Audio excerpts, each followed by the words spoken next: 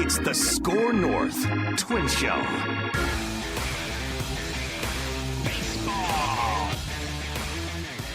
Some developing Twins news. I mean, it's not breaking anymore because it happened like yesterday, but they are fast-tracking one of their top prospects in an interesting way. I even have a question for you guys off this.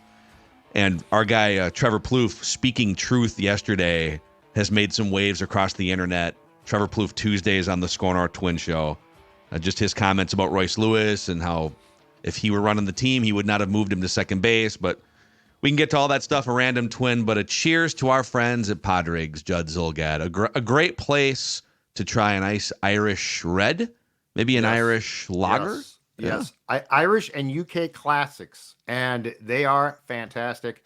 And as Phil just said, finding a red beer in 2024, a good one, has become extremely difficult. Well, not if you stop at Padres or you go to one of the more than 80 liquor stores locally here in the Twin Cities that carry their fine beers. They've got the red. They've got a great Sessions beer for if you just want to have a few, but you don't want to feel the effects.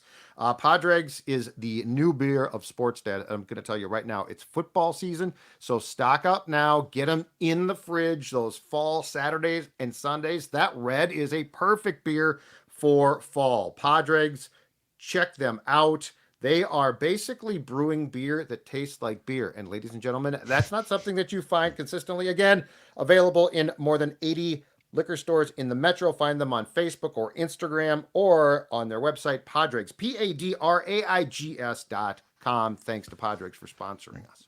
So, gentlemen, this week, the Twins promoted, it depends on what ranking you look at, but one of their three best prospects. In any order, it could be usually Walker Jenkins is the number one ranked Twins prospect, and then Brooks Lee, but he's kind of graduating into major league status.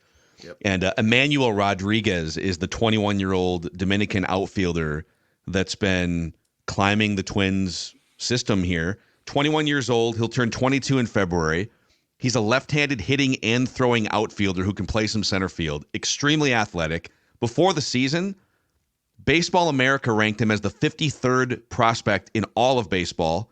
MLB.com had him 42nd, so he is one of the top 40 to 50 prospects in all of baseball.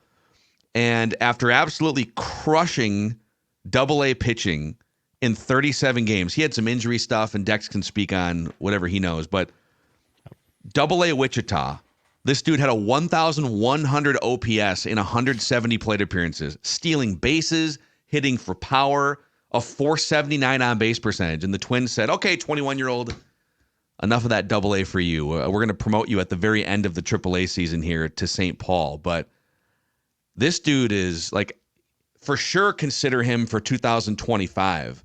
Oh, yeah. Is there any chance that, I mean, they got enough left-handed hitting outfielders, but, like, well, is there any chance they would pull the trigger needing, like, if Buxton and Correa, these guys can't get back healthy for a full month? It's interesting that they're fast-tracking him, is my point.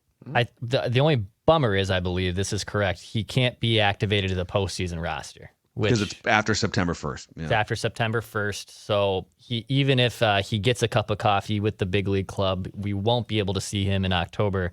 Yeah, he's an on-base machine, and his strikeout rate's still pretty good compared to where major league strikeout rates are at. So this isn't just a free swinger. He was dealing with this like thumb hand injury for at one point this summer, and there was a weird report that he was out for the season like 2 months ago, and I asked Falvey about that, and he said no. He said he's rehabbing, he's dealing with an injury, but he did not undergo the knife. He's all good there, and clearly is all good. He just got promoted to AAA. But this is where having a surplus of prospects is great here. I mean, Walker Jenkins is also going to be a stud most likely. He's highly regarded, I should say. I shouldn't say any prospect will immediately be a stud, but the Twins have one of the best farm systems in baseball. And if they're not going to be spenders in the offseason, which we don't know what the hell the TV revenue plan is going to be, I think we can make assumptions. They don't either, but probably. They don't know what it is. You have a position of strength to deal with here. I mean, look, I like the Trevor Larnachs of the world. I like Matt Wallner a lot too, but you have prospects here that are knocking on the door. You have some other players that are going to be arbitration eligible. What kind of raise does Willie Castro get this year after a career year? They're going to make some weird penny pinching moves that might frustrate some fans. But when you have a surplus of prospects to either replace them with or to use as trade chips, these are good problems for the Twins, in my opinion, to face this winter. It's an interesting situation, too, because Emmanuel Rodriguez just came back from the injury and I believe was immediately promoted from AA to AAA. So they didn't have him start in AA again, or I should say restart. So I find that to be a very intriguing and sort of previously un-Twins-like vote of confidence. Now, Brooks Lee has changed things because he was definitely came up quicker. I think if Brooks Lee had been drafted in 2017, there's no way he's here this quickly. The Twins have in some ways changed their thinking on prospects. But I mean, boys, I think that this is one thing and one thing only. I think this is the realization again that you can't count on Byron Buxton. And you cannot send anyone to center field. This whole Twins thing, other than Michael A. Taylor, who was really good out there, and we all thought they got Buxton insurance. But what they probably knew at that time is this dude's not going to play center field for an entire season, right? So in retrospect, what I thought was, oh, good, they finally addressed a backup center fielder who can play there. He was not a backup. He was always going to start there. So we've gone back to the old thing. Okay, Buxton's going to play now, which when he plays, he's great. But the big word there is when. I think that this Emmanuel Rodriguez move is a very frontal move in the sense that this kid, I think, has a very good chance to be here on opening day 2025. And even Byron Buxton by now would have to admit, I don't know how much I can play. I am always going to be hurt. So if this kid can play, I love this. Expedite him. He'll be cheap. And if he's as good as his minor league stats show, then he'll be a guy that when Buxton inevitably goes out, you can plug and play. And now you're not saying, okay, Max Kepler, we'd like to put you in center like we did previously, but you don't want to do that. And so now it's Austin Martin. Now it's Castro. So I like this move as a finally what appears to me to be okay, Byron Buxton will be on the team, but we don't know how much he's going to play. Emmanuel Rodriguez provides a real alternative. There was also, I mean, let's bring in the, people love the payroll conversation, but there is a tentacle of that. The latest stories that have come out about the Diamond Sports Group partnerships and the Twins contract with Diamond Sports Group, Bally Sports North, is expired after the year, right? So correct. They're on a 1-year contract right now. So there was a story that basically said any team that's currently in bed with Diamond Sports Group is handcuffed to know what their revenues are going to be for 2025. Even more so if you're the Twins and you don't know if you're going to be back in bed with them or not. I guess my point here is brace yourselves, Twins fans. If you were pissed about them cutting $30 million off this last year's team payroll. Correct. You guys step in if I'm wrong, but I think there's a better chance they cut payroll again before they add it or maintain it. Correct. And if that's the case, you're less likely to trade from your bin of prospects, which, depending on what publication you look at, the Twins have one of the best farm systems in all of baseball. You're more likely in the next 2 years to start leaning on the Emmanuel Rodriguez's, fast track a Walker Jenkins, who's been great at A-ball this year. Maybe he is a 2026 opening day guy. Mm-hmm. I guess my question is, with payroll potentially dropping again, with guys like Rodriguez banging on the door, what does this thing look like in 2025 and 2026? Well, one, I think you're right. I think the payroll goes down again. Now, with the interesting technical for 2024 is that baseball, the Players Association and the league have agreed that I think it was up to $75 million in the revenue share, which ordinarily goes to the players' pool for a retirement fund, can be split by as much as $15 million per team that's in bed with Diamond to give them more. So the Twins, I think, just to be clear here, are getting a check that exceeds what their original sum, which we still don't know, from Diamond was. But I think the interesting thing here is, from a perspective of the good of the franchise, if the Twins go back to Bally's and just take the check, I think they're crazy because you still have no streaming. And streaming is like from a public relations standpoint, you have to get streaming. So I think there's a real chance that the payroll gets cut again. Dex and I have talked about the fact that a perfect fall guy is probably Castro, arbitration eligible. His all-star season. Yeah, all-star season. Unlikely to replicate this, and so he's a perfect trade chip. But that being said, to what Dex just talked about, with the farm system being fairly rich here, and by the way, you've traded no one, you didn't trade anyone at the deadline, you didn't make any moves that mattered. It does make sense that you would start to get kids up here. And if you are to stream your games with a fun young team, yes, the old school guard is going to be pissed about the payroll, but I think that you also could get some goodwill pretty quickly if these kids can play. And we laughed at the notion, I think when Joe Pollad said we want to be like the Rays. At least Judd and I laughed at that. I know Phil was like, well, actually, wouldn't any organization like to be Tampa Bay that can just produce prospects, sell out guys that are becoming expensive, and then just always being able to replace them with younger and cheaper and just as effective players? And as much as the Twins do not have the track record, in my opinion, of being the Rays and just continuing putting out great prospects and flashing all the guys that are arbitration eligible, that might be this team's path for the next few years, of literally selling out guys that are arbitration eligible, stockpiling as many poker chips as you can in prospects, knowing that even if you have the third best prospect pool, that you can continue to add to that each summer or each winter with trading a veteran player and getting a fringe top 100 guy that you can maybe cultivate and turn into a quality major league player over the next few years. That might be their blueprint. Yes, if it works to its 100th percentile, yeah, I would be okay with that. I just have questions if they can be like that and be able to just continue to establish prospects and make them either trade chips or make them contributors every year in and year out. Yeah, well, they've definitely leaned toward not viewing prospects as trade chips as much as a bunch of other organizations. And my point on the Rays wasn't like every team should aspire to be cheap like the Rays. It was more every team should aspire to be as efficient and great at cultivating and developing young talent. And then, of course, what happens once you master that game? Andrew Friedman for 10 years was the general manager of the Tampa Bay Rays. Then the Dodgers say, wait, can you be that great and efficient and also do it with $200 million extra in payroll? And then the Dodgers obviously have been World Series. But it's going to be a buzzkill if and when they drop the payroll again. But you've got a stash of players 26 and younger right now. Lewis to Brooks Lee to Emmanuel Rodriguez, Walker Jenkins.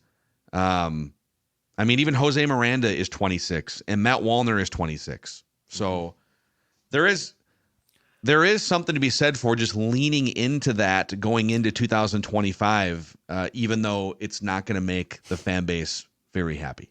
I will say this, because I do think that there's a certain excitement if these prospects or some of them develop. But I will say this. In no way, shape, or form am I going to let the Twins off the hook completely based on two things. One is the San Diego Padres are now on a streaming platform with MLB. They had a deal with Diamond. They got dropped, right? They are still extremely competitive. They're spending. I don't see a big difference between the Padres and Twins. I'm sorry. It's not like that's Los Angeles. The other thing is, where I think there's some warranted frustration is for how many years did now longtime Twins fans here, the Metrodome's the problem. If they get out of the Metrodome, they're okay. So now they're in beautiful Target Field where I would guess there is a lot more revenue coming in, and now it's the TV thing. So I'm not trying to let them off the hook, but I am saying if they are going to go cheap, I do think the prospect thing and the prospect of streaming, especially with young fans, I don't think young fans are as obsessed with the payroll as they are. They can't watch the damn games. Yeah, I think there's sort of two realities here. There's one on the Twin side. It's possible that over the next 2 or 3 years, their best bet is to let these players who are between the ages of 21 and 26 get a bunch of playing time because those might be awesome. Right. We just named like 5 or 6 dudes that might be cornerstone players for you. Agreed. That might be a better play for your organization than trading them away for, 2 years of a veteran player that might not get you to a World Series. That also, a byproduct of that is, it's a lower payroll when you go that direction, just like it was for some of those early 2000s Twins teams. On the flip side, you bring up the Padres. Now, maybe people in San Diego would give you different reasons. I mean, it is a beautiful ballpark. It's a one-sport town now that the Chargers have moved to LA, and so there's not as much competition for your sports dollar in San Diego as there is in Minneapolis, St. Paul. So they are different situations.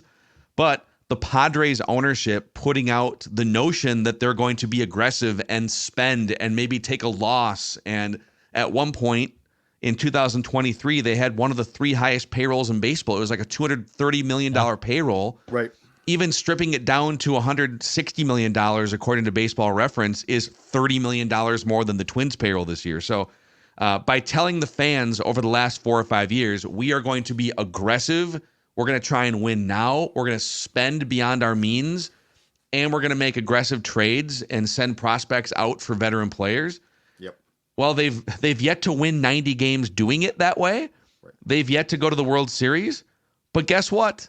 They're averaging 40,000 fans per game attendance the last 3 years in San Diego, while the Twins are averaging 24,000. And their subs on their streaming channel are wonderful because of that. Like, that's the thing is, it's my professional opinion that instead of saying last, October or November, instead of Joe saying we got to cut payroll and publicly put it out there, I would have spent this year making a big deal out of the fact that I was still spending with less TV income, because like, this is a good team.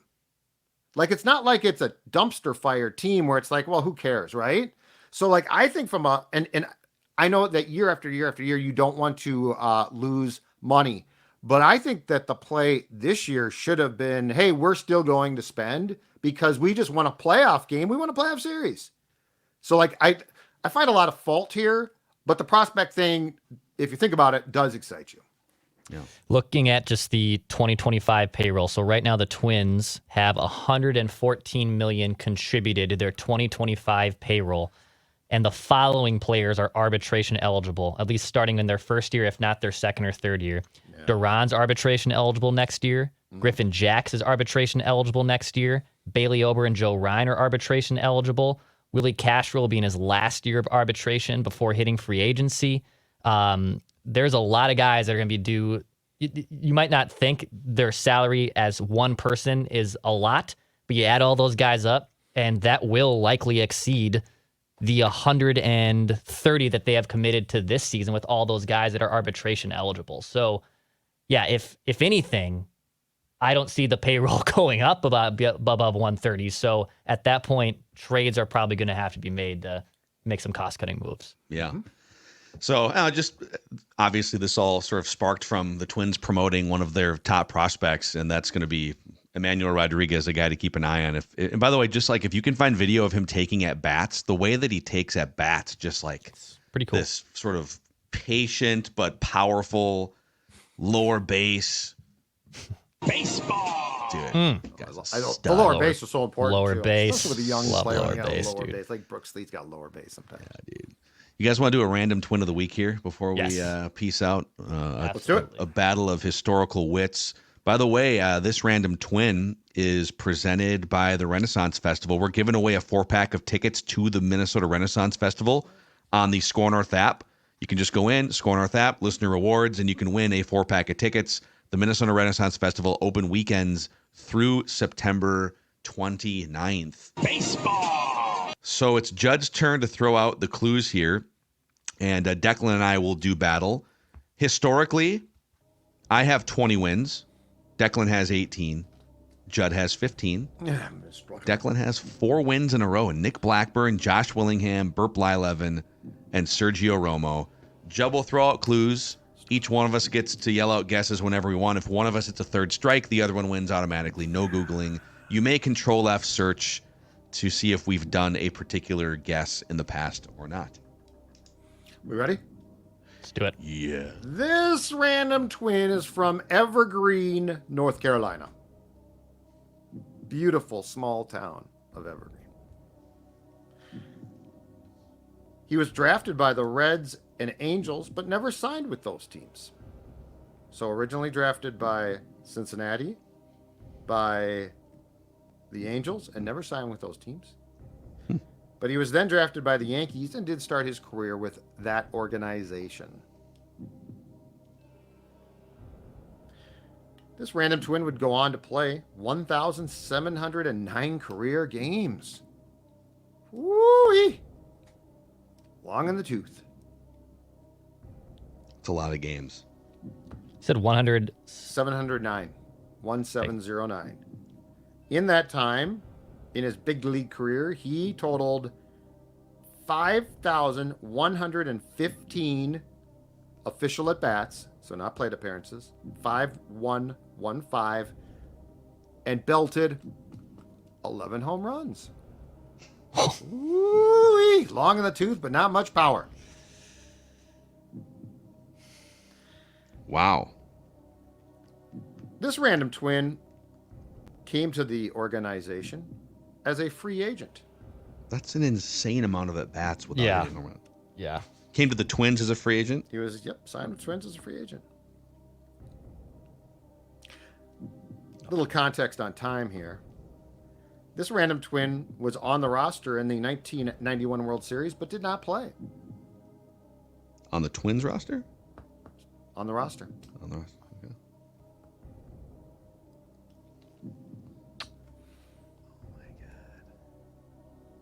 In all of those years, in all of those at-bats, in all of those career games, he hit 297 twice, but he never reached 300 in a season. Never reached 300 in a season.